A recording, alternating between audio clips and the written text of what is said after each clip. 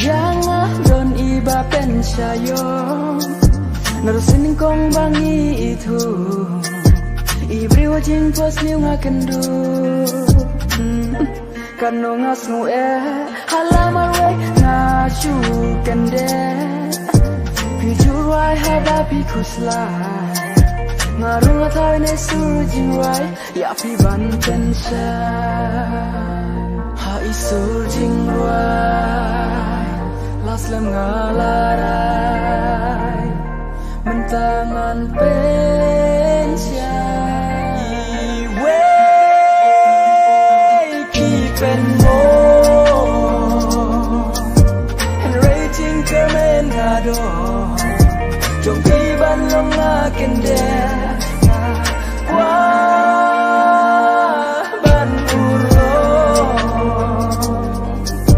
di jong ada pilo jing pos liu kinulo Kongheh kermen ba sin tiu ba ngaji dum sniu om dan mano nalur jong pi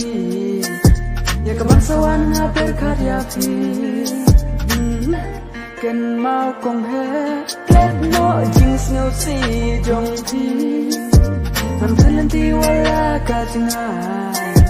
jing ken yang aru pinai jing dum kan wai ha isur jing wai las lem ngalarai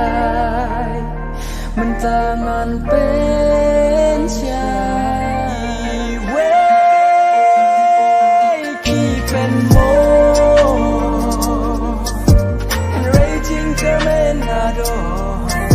jong pi ban long ngakende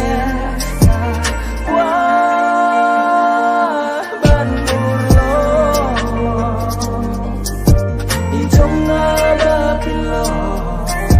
jing pos liu kinulo Kongheh I'll wait for you to turn the hair around that's why we leave the crowd we fly to the sky now I want you by my side till the end of my time. Yeah, I will do anything to be with you. There's nothing in the world to make me give up, girl. I will do anything to be with you. If I would take whatever it take, I got what it takes. Ha isur jing wai, las lem ngalarai, mentangan pe.